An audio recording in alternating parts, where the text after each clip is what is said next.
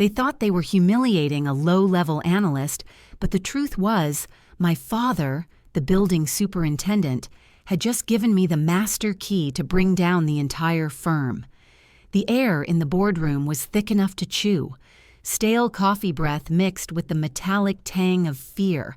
My fear, not his. Across the vast mahogany table, Mr. Henderson, the CEO, didn't even look up from the quarterly report. He just kept tapping his Mont Blanc pen against the glossy paper, tap, tap, tap. A metronome counting down my career. I was 28, wearing the sharpest suit my savings could afford, and I was about to be gutted. "Ethan," Henderson finally sighed, his voice sounding less like a CEO and more like a disappointed father, which, ironically, was the whole problem. "We value loyalty here. We value vision. But right now, we need to discuss the optics of your recent indiscretion." Indiscretion. That's what they were calling it. What I called telling the brutal, unvarnished truth about the structural flaws in their supposed flagship acquisition, the one Henderson had staked his entire bonus pool on for the last 2 years. I had proof, solid, undeniable figures showing the whole thing was built on sand, ready to collapse and take half the firm's liquid assets with it. I'd presented the findings internally, discreetly, through the proper channels. My direct supervisor, Richard Sterling, was the one who threw me under the bus. Richard, the man whose corner office I was supposed to inherit next quarter. Richard sat to Henderson's left, radiating smug entitlement. He hadn't even bothered to dress down. He looked like he'd just walked off a golf course, his tie loosened just enough to suggest effortless power. "Ethan," Richard purred, leaning forward, his voice coated in fake sympathy. "You're young. You have passion, but you lack perspective. You took confidential modeling data and presented it to outside auditors before clearing it with management. That's insubordination, bordering on corporate sabotage." "It was a regulatory warning, Richard," I shot back, my voice dangerously level, though my palms were sweating through my leather portfolio. "If the SEC caught wind of that valuation gap—" "Silence," Henderson barked, finally looking up. His eyes were cold, glacial blue. "We manage our own risk, Ethan. You are not a rogue hero. You are an employee who violated protocol." It was then that Richard decided to truly enjoy the spectacle. He turned slightly, making sure the light caught the diamond glinting on his pinky finger. "Honestly, Henderson, I think the kid is just bitter," Richard said, waving a dismissive hand toward me. "He feels entitled because of his background. You know the story. His father, what does he do again? Collects keys?" I felt the familiar heat rush up my neck. This was the precise line they always crossed when they wanted to remind me of my place. I was an anomaly here. I'd clawed my way into this prestigious financial firm from the outside, through sheer merit and relentless study, never attending the Ivy League schools the rest of them treated like social clubs. "My father is a building superintendent," I stated clearly, refusing to let my voice shake. "He manages the building where half of your senior partners live." Richard burst out laughing. It wasn't a polite chuckle. It was a harsh, grating sound that echoed off the sound-dampening panels of the walls. "A doorman," Richard practically shrieked, slapping his knee. "God, I forgot. He opens doors for the people who actually matter. Ethan, you need to understand something fundamental about this world. Pedigree opens the door, but sweat just gets you stuck in the lobby. You think your top marks mean anything when you're up against real influence? Your daddy cleans up after the elite. He doesn't run the boardrooms." The entire room seemed to shrink around me. Henderson looked vaguely uncomfortable, but he said nothing, letting Richard deliver the killing blow. It was worse than being fired.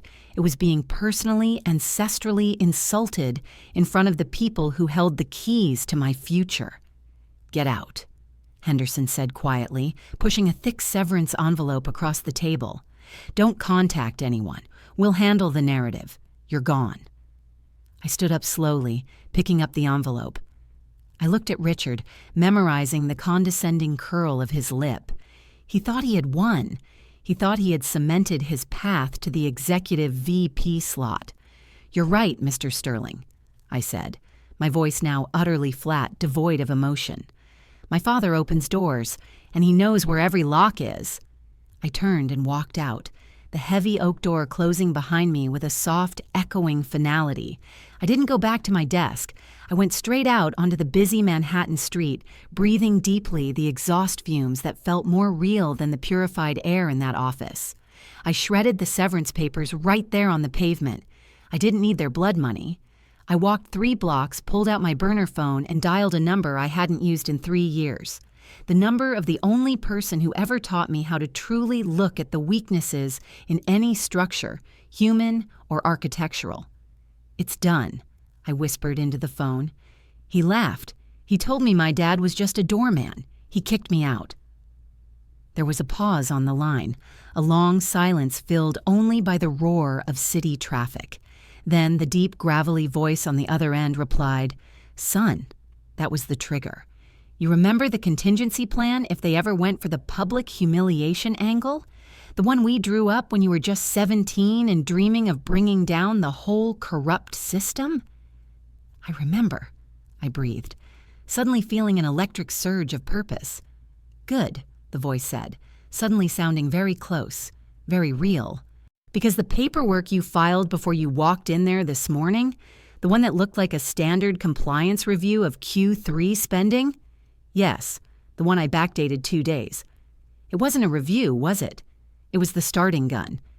Henderson's pension fund restructuring, it's tied directly to that flagged acquisition.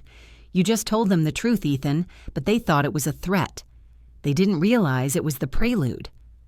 I looked up at the towering glass spire of the financial firm building. Richard Sterling was probably still gloating, maybe even opening a bottle of expensive champagne. "What happens now?" I asked, my heart hammering against my ribs. "Now," the voice said, ice cold, "they face the board of directors tomorrow morning at 9 a.m., and you, my boy, will be sitting right next to them, except you won't be the one explaining the accounting irregularities. You'll be the one holding the leverage for the internal investigation into corporate malfeasance and potential systemic fraud involving insider trading. You just handed them the key to their own destruction, Ethan. Sleep well." The line clicked dead. I stood there, the noise of the city fading into a distant hum. Henderson and Richard Sterling had 30 minutes to process the fact that I hadn't just been fired. I had executed a carefully planned, delayed action demolition charge aimed squarely at the C-suite. I had until sunrise to find a new suit. I had to be sharp for the morning session. But as I looked back at the building, a new, unsettling thought occurred to me. If the leverage I held was that powerful, if I could truly bring down the firm, then what exactly was the real risk associated with my father being just a doorman? Did they know something about him that I didn't? Just then, my burner phone vibrated violently. A single encrypted message. It wasn't from my contact. It was from an unknown number, a secure line I hadn't seen activated in years. The message contained just 3 words, but they made the blood freeze in my veins.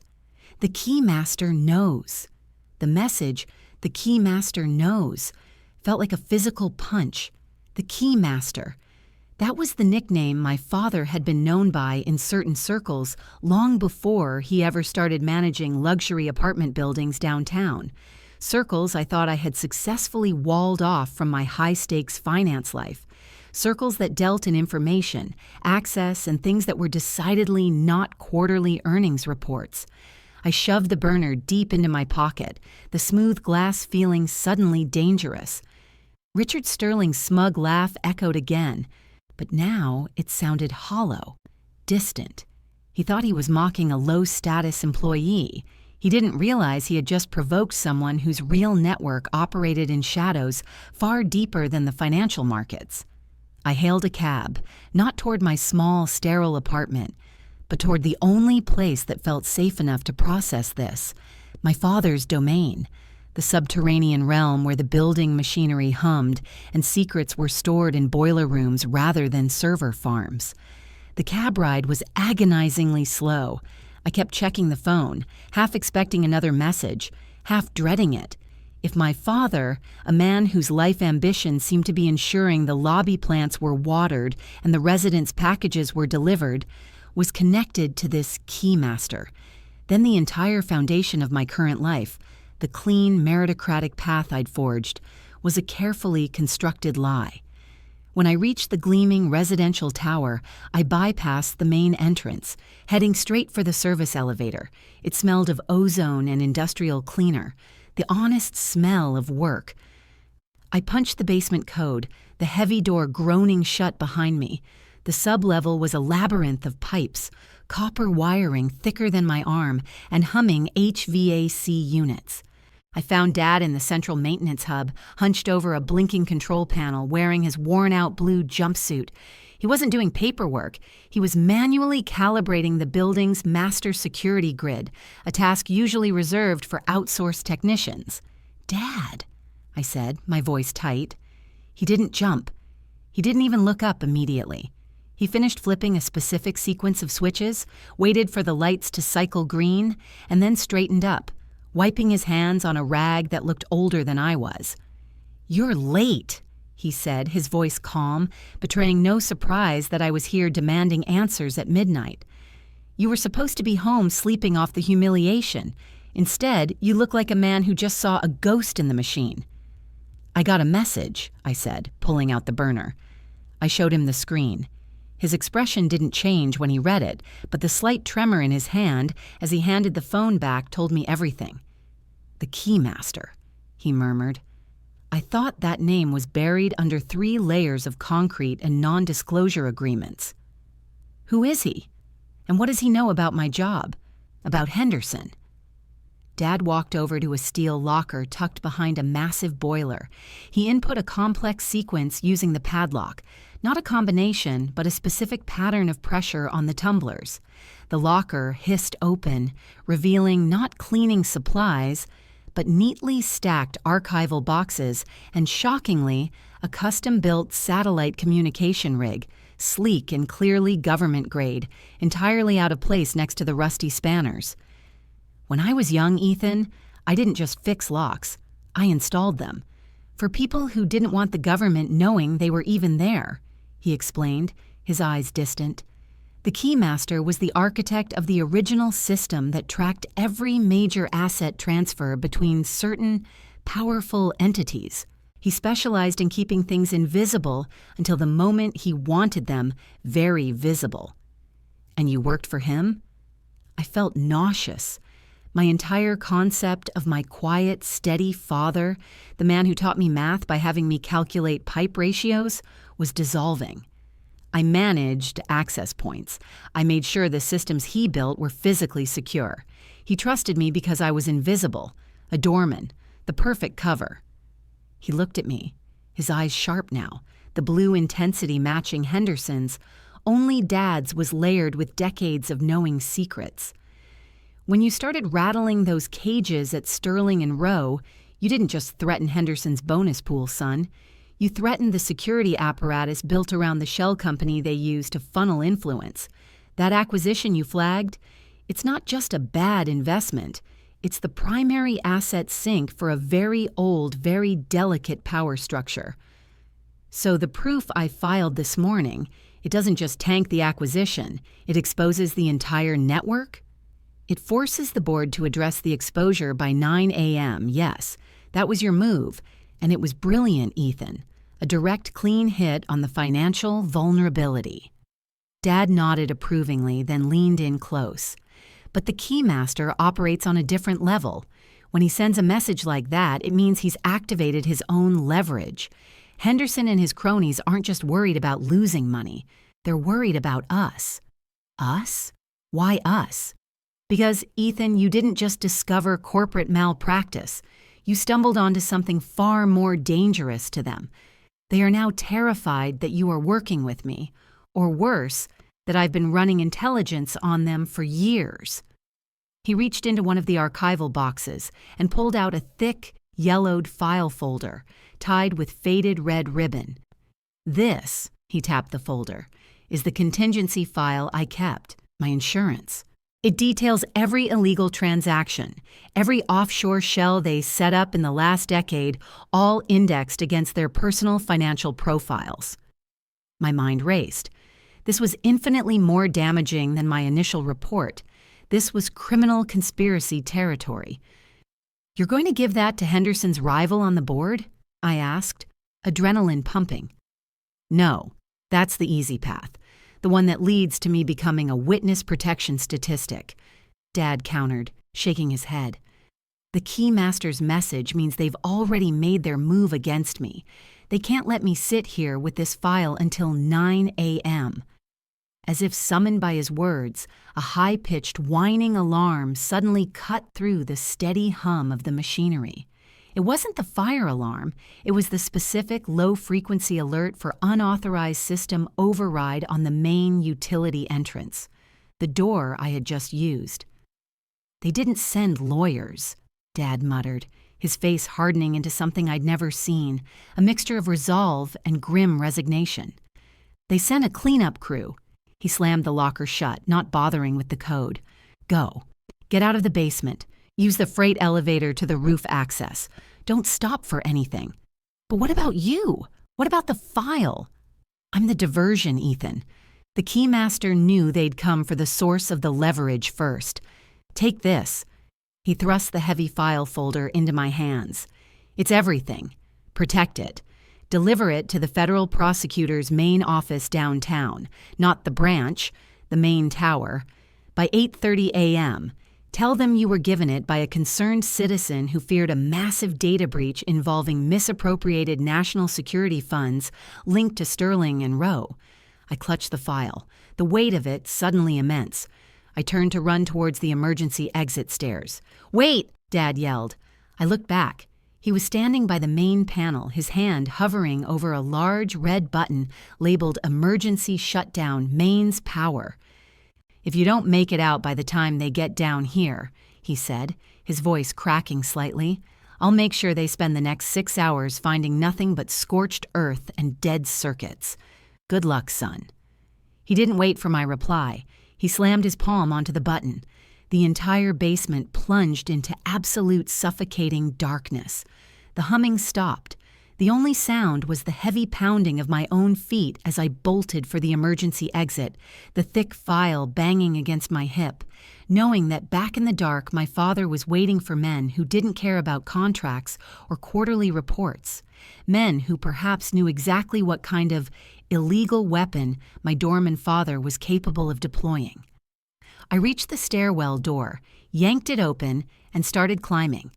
But before my hand could find the railing, my phone buzzed one last time, displaying a live security feed on the screen, the feed from the basement entrance. Through the grainy night vision, I watched 3 heavily built men in dark tactical gear breach the door.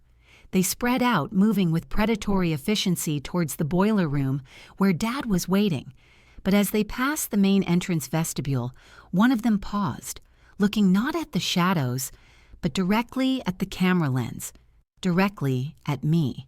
He raised his hand slowly, and in the faint ambient light filtering in from the upper levels, I saw he was holding a small polished brass object. It was a master key blank, the exact kind my father used to forge customized access keys for the most secretive tenants in the building. And he wasn't just holding it. He was pointing it directly at the camera, as if signaling that he already had access to everything I thought I was protecting. The image burned into my mind, the tactical operative, bathed in the sickly green of the night vision feed, holding up that brass key blank like a trophy. It wasn't just a signal, it was a declaration of total systemic penetration. They weren't just random thugs. They were professionals who knew my father's entire operational language. The Keymaster wasn't just leverage. He was a ghost who had infected the entire security infrastructure, right down to the tools my father used to make a living. I didn't hesitate. I slammed the phone screen off, the image gone. But the chilling certainty remained. They had already bypassed the main alarm. They knew the layout, and they knew exactly where to find my father. My planned escape to the roof felt suddenly useless. The roof access would be covered within minutes by anyone capable of remotely overriding a building's master utility shutdown. I sprinted back down the emergency stairs, ignoring the burning in my lungs. I couldn't leave him. Not for a government prosecutor, not for a clean conscience, not for the revenge I thought I wanted an hour ago. The revenge suddenly seemed cheap compared to the man who had sacrificed his own anonymity to give me a chance at a legitimate life. I reached the ground floor access door, throwing my shoulder against it, but it was electronically locked from the outside. A standard protocol override, clearly triggered by the main power down. I was trapped between the tactical team below and a locked exit above. I took a deep breath, leaning against the cold metal. I had the file, the one detailing a decade of financial corruption that could put Henderson away for decades, a truly massive term. But what good was the evidence if the source was silenced? I looked around the small stairwell landing, concrete walls, emergency lighting flickering weakly. There had to be a maintenance override somewhere, a physical backup for the fire code that even the highest level network intrusion couldn't immediately neutralize. I ran my hands along the wall, searching for the disguised panel, the hidden latch, anything. My fingers brushed against a slightly raised seam next to the fire extinguisher housing. I pressed hard, and a narrow panel swung inward, revealing not wires but a small leather-bound emergency kit. Inside, a heavy-duty cutting torch, the kind used for emergency structural breaches, and a small, thick booklet. The booklet wasn't a manual, it was a handwritten ledger, my father's meticulous handwriting. I flipped it open. It wasn't about Sterling and Rowe. It was a detailed log of every high-profile client who had used the Keymaster's services over the last 20 years. Names, dates, financial transactions that made the Sterling and Rowe mess look like petty theft. And on the very last page, there was a section titled Contingency Personal Insurance, detailing a massive, untraceable offshore trust fund, fully liquid and set up in my name, designated to activate only upon my father's verifiable death or disappearance. My inheritance wasn't just the moral victory, it was a mountain of untraceable wealth, financed by the very shadows he swore he'd left behind. Just as I absorbed the shock of realizing my future was now secured by decades of illicit operations, I heard sounds from above. They weren't coming from the basement anymore. They were coming from the roof access. They had found the freight elevator override and were sweeping the upper floors, realizing I hadn't taken the most obvious exit. They were systematically clearing the building floor by floor, moving down toward my location. I grabbed the cutting torch. It was heavy, industrial grade. I had mere minutes. I couldn't go up, and I couldn't go down without facing the team currently securing the sublevel. There was only one way out that involved the Keymaster's specialty, accessing the unseen pathways. I located the main ventilation shaft access panel adjacent to the emergency kit. It was secured with thick, industrial bolts, the kind that needed serious torque or high heat cutting. I ignited the torch. The blast of intense blue flame roared, deafening in the enclosed space, spitting sparks against the concrete. The air immediately filled with the choking smell of burning metal and insulation. I aimed the torch at the thick hinge bolts, working with brutal speed, fueled by the image of that operative pointing the key blank. If they knew his language, they knew his escape routes.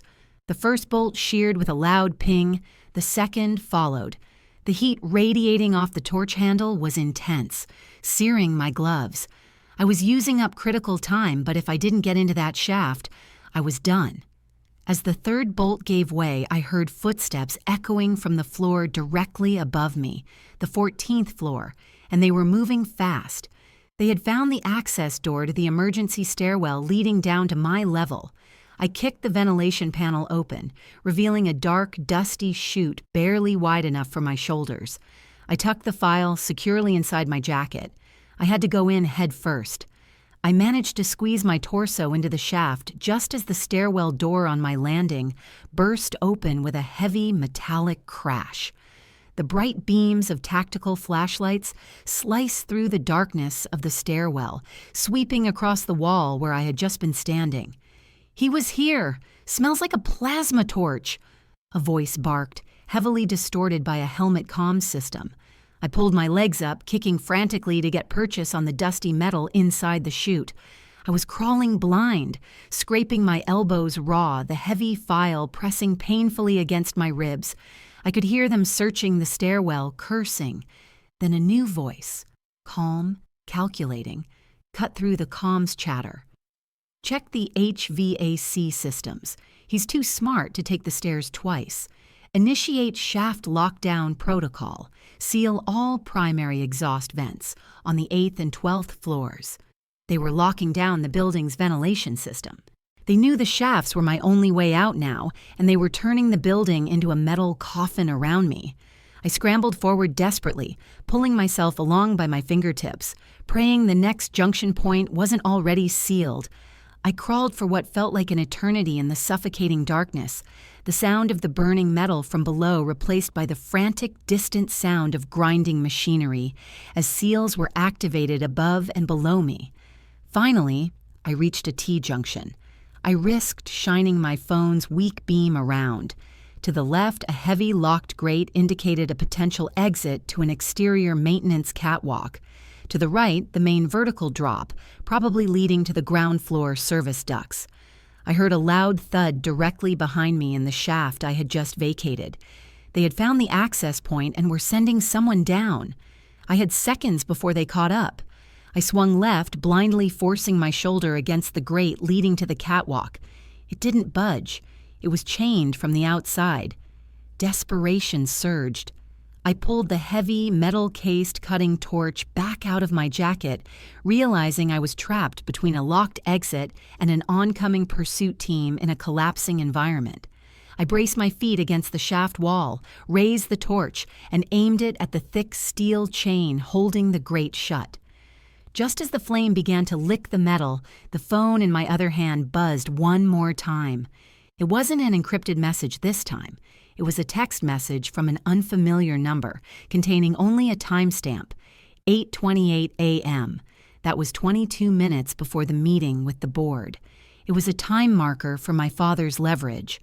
I looked at the chain, then at the timestamp, realizing this was the absolute deadline for delivering the file. If I stopped to cut the chain now, I would miss the prosecutor meeting, and my father's sacrifice would be meaningless. But if I left the torch on the chain, I might be able to burn through it just enough to break the weld, giving me a chance to squeeze through. But that would also leave clear evidence of how I escaped. Then, the phone buzzed again. A live call. Unknown number. I answered it, holding the phone away from my ear against the roar of the torch. "Hello?" The voice on the other end was my father's, strained, ragged, but unmistakably him. "Ethan, you made it to the junction. Listen to me very carefully. Don't cut the chain. You can't risk the burn marks. They trace everything." The key master. He didn't just give them access to the building locks. He gave them access to the emergency broadcast frequency. When the board meets at 9 a.m., they are going to initiate a full systems lockdown on the entire financial district under the pretense of a city-wide security threat. Your threat. "What does that have to do with me right now?" I yelled over the torch.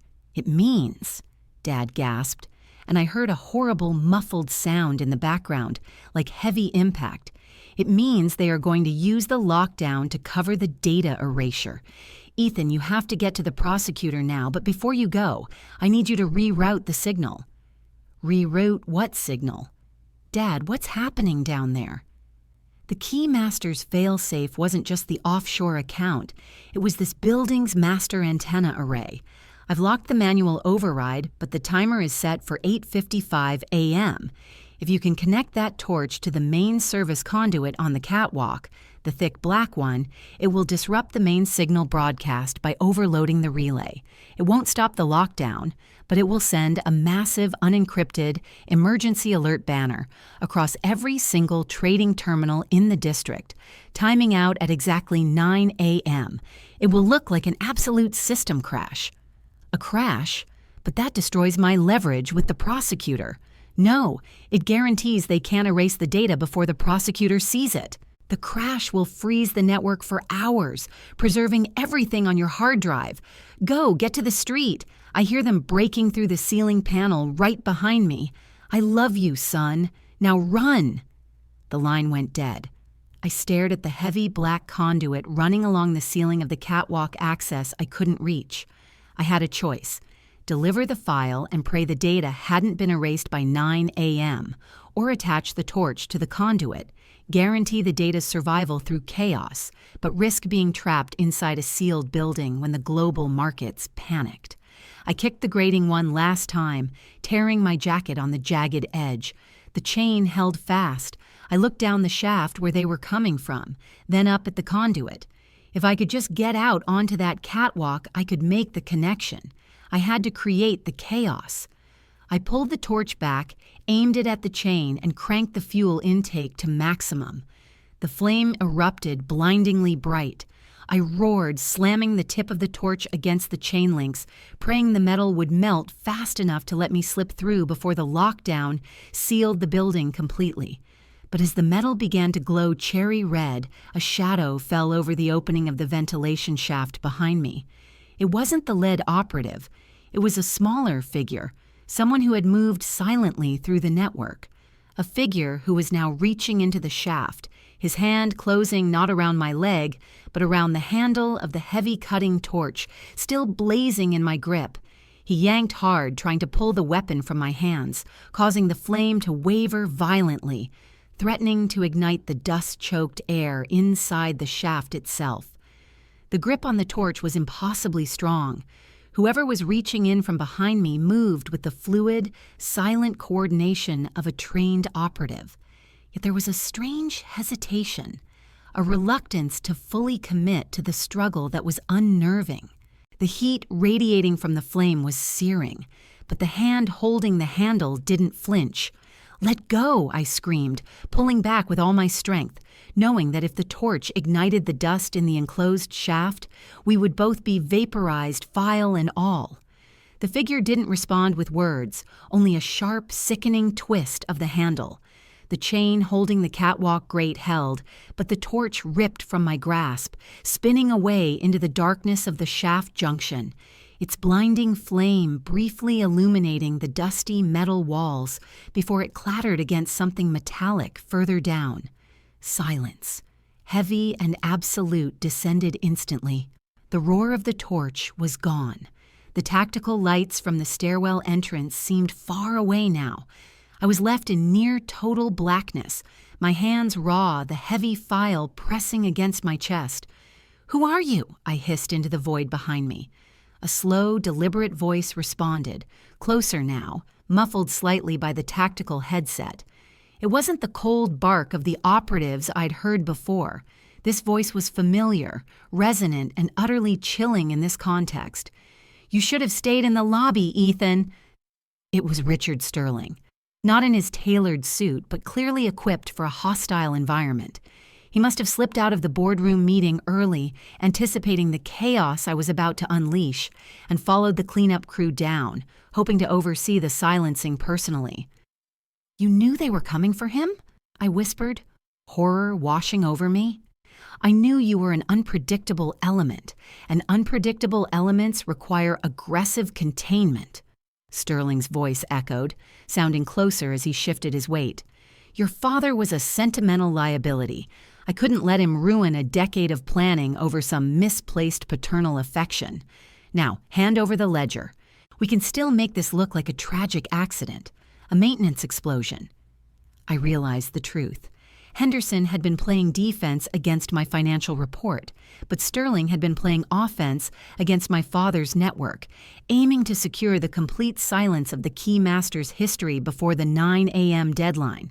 I couldn't fight him physically in the confines of this cramped shaft. I had to use the environment, use the leverage I still held. "You think the prosecutor cares about a little maintenance accident, Richard?" I shouted, pitching my voice to Carrie. "The timer is set, 8:55 a.m. If the system doesn't crash, the data is uploaded instantly. Your entire offshore portfolio, every shell company, broadcast live across every Bloomberg terminal in the hemisphere. You'll be facing charges that make my prior warnings look like a parking ticket. You won't get decades, you'll get the full accounting." I heard a sharp intake of breath behind me, followed by a furious, suppressed curse. He was genuinely rattled by the 8:55 deadline. That was my only opening. "You're bluffing," Sterling spat. "Am I? Find the torch, Richard. See if the welding residue isn't already traceable. You have 5 minutes to decide if you want to be rich and free by noon or spending the rest of your life figuring out how to make bail from a federal holding cell." I risked a quick peek back, tilting my head just enough. Sterling was standing at the T-junction, silhouetted against the faint light coming from the stairwell door he had forced open.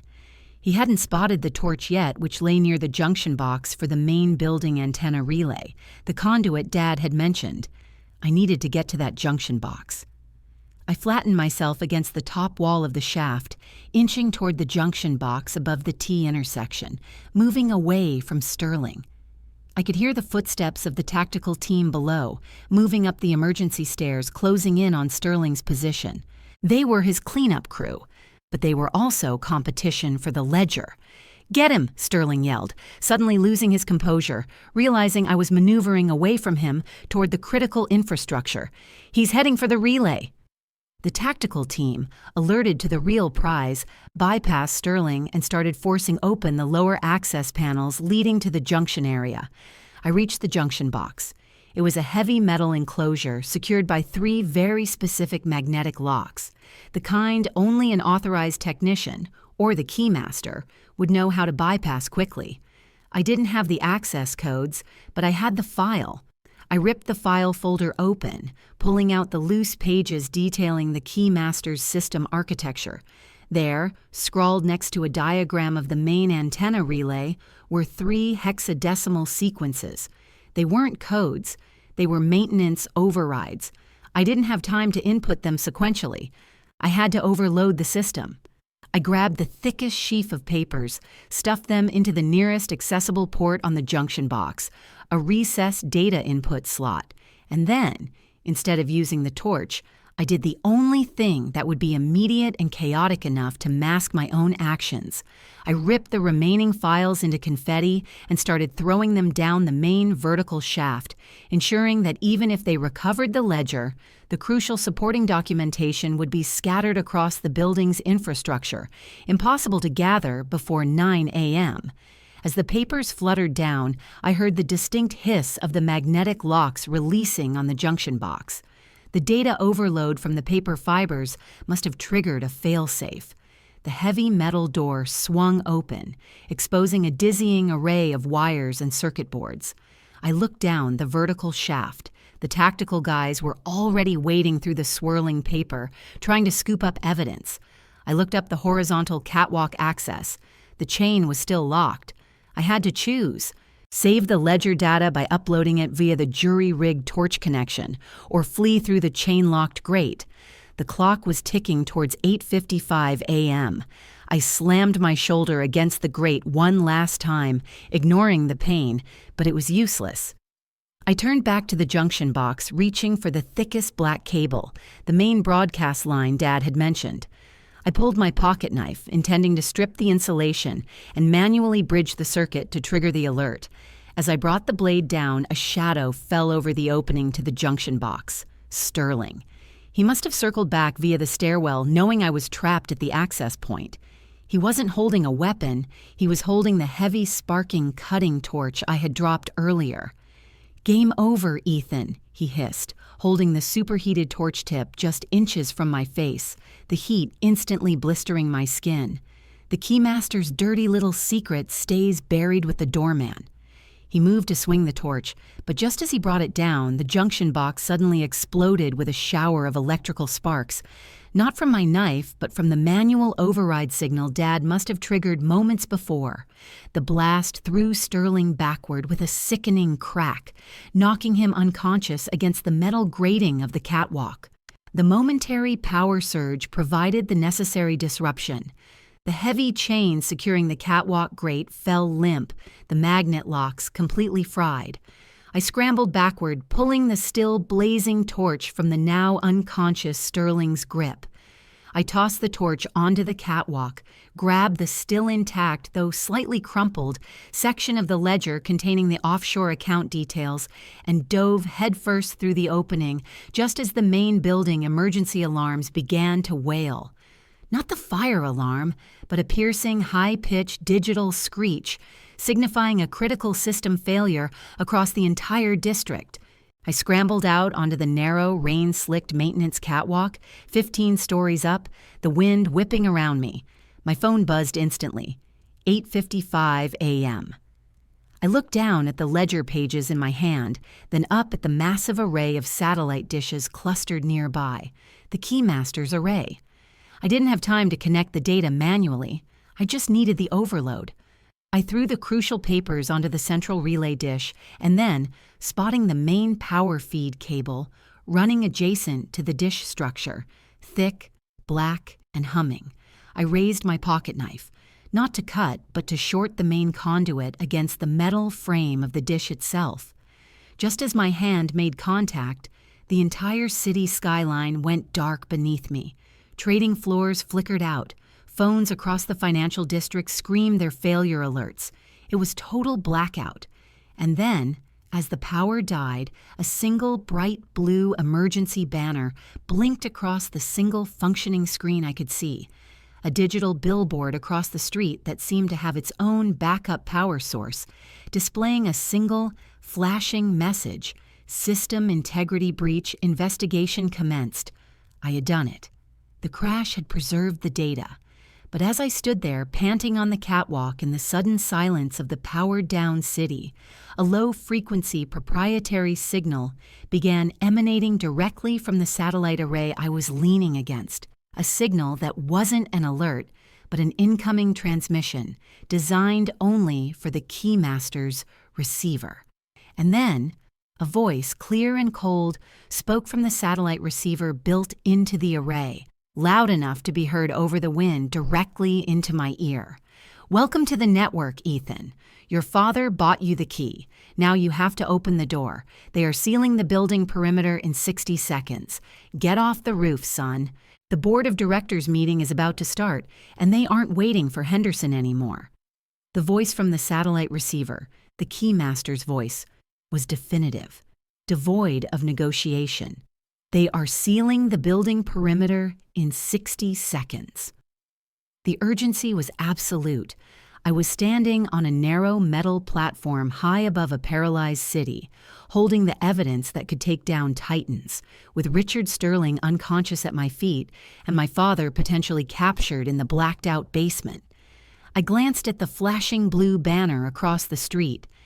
System integrity breach. Investigation commenced. The chaos was working. The data was safe for now, locked in the temporary digital stasis caused by the crash. My escape route was still the chain-locked grate leading to the exterior catwalk, but the tactical teams would be sweeping the upper floors now, their movements guided by backup generators coming online. I looked at the ledger scraps scattered across the main satellite dish. The primary goal shifted instantly from revenge to extraction. I grabbed the remaining intact section of the offshore trust file from my jacket pocket. The meeting would happen at 9 a.m., but my immediate battle was survival and delivery. I sprinted back to the catwalk grate, adrenaline overriding the pain in my scraped arms. I placed my foot against the broken locking mechanism where Sterling had knocked the torch and kicked hard, putting all my weight into it. The fried magnet gave way with a screech of tortured metal, and the grate swung outward onto the narrow external ledge. The wind hit me like a physical blow. Below, the city was eerily silent. The only movement, the distant bobbing flashlights of emergency services converging on my building. I didn't look down. I moved along the exterior ledge toward the nearest structural support beam, a massive, load-bearing column running vertically down the tower. This was the route my father had planned if the internal network failed.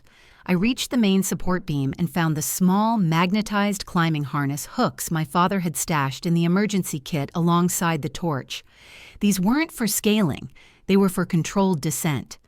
I clipped myself in, checking the ratchet mechanism 3 times. As I prepared to rappel, I heard heavy boots pounding onto the catwalk behind me. They had anticipated this move. "Stop right there, kid. You think you can walk away from this mess?" It was one of the tactical operatives, his flashlight beam catching me square in the eyes. I didn't waste time talking. I didn't try to argue the illegality of their presence. I simply dropped. The sensation was terrifying, a sudden stomach-lurching free-fall before the harness caught, slowing my descent into a controlled glide down the sheer glass face of the skyscraper.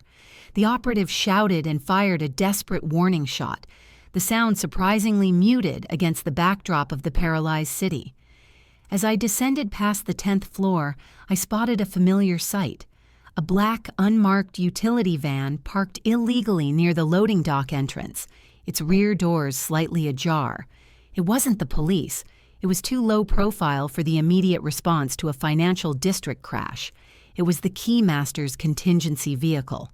I adjusted the harness, kicking off the glass to gain distance, and aimed my rappel line directly for the open van door. I hit the roof of the van hard, rolling onto the flat surface just as the tactical team reached the catwalk where I'd been seconds before. They were shouting, trying to get a visual through the gloom. I kicked the van door open further and tumbled inside, landing next to a man seated calmly in the driver's seat, wearing simple dark clothes and absolutely no tactical gear. He was middle-aged, unassuming, with eyes that seemed to absorb all the available light. The Keymaster. "You were late," he said, completely calm, already putting the van into gear and smoothly navigating around the growing perimeter of police lights that were now surrounding the base of the tower. "My father," I started, breathless, clutching the ledger file. "Is he? Your father is currently engaged in securing a secondary egress point in the sublevels, ensuring that whatever happens up here doesn't trace back to his door. He's busy making sure the building remains an analog fortress, a necessary sacrifice for the timeline." The Keymaster's voice held a strange note of respect. "He bought you the window. Now use it." He slid a small encrypted flash drive across the seat toward me. "This contains the digital copy of the ledger and a secure upload protocol. The prosecutor's office is expecting a physical file, a distraction. You will hand them the paper, but you will upload the digital copy via the Keymaster's backdoor server farm at exactly 9:01 a.m. The board meeting collapses at 9 a.m. when the external feed confirms systemic failure.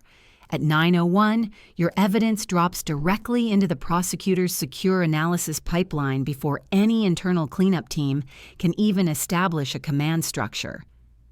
I took the drive, my mind reeling. Why help us? Why Sterling and Rowe? The Keymaster finally glanced at me, a ghost of a smile touching his lips.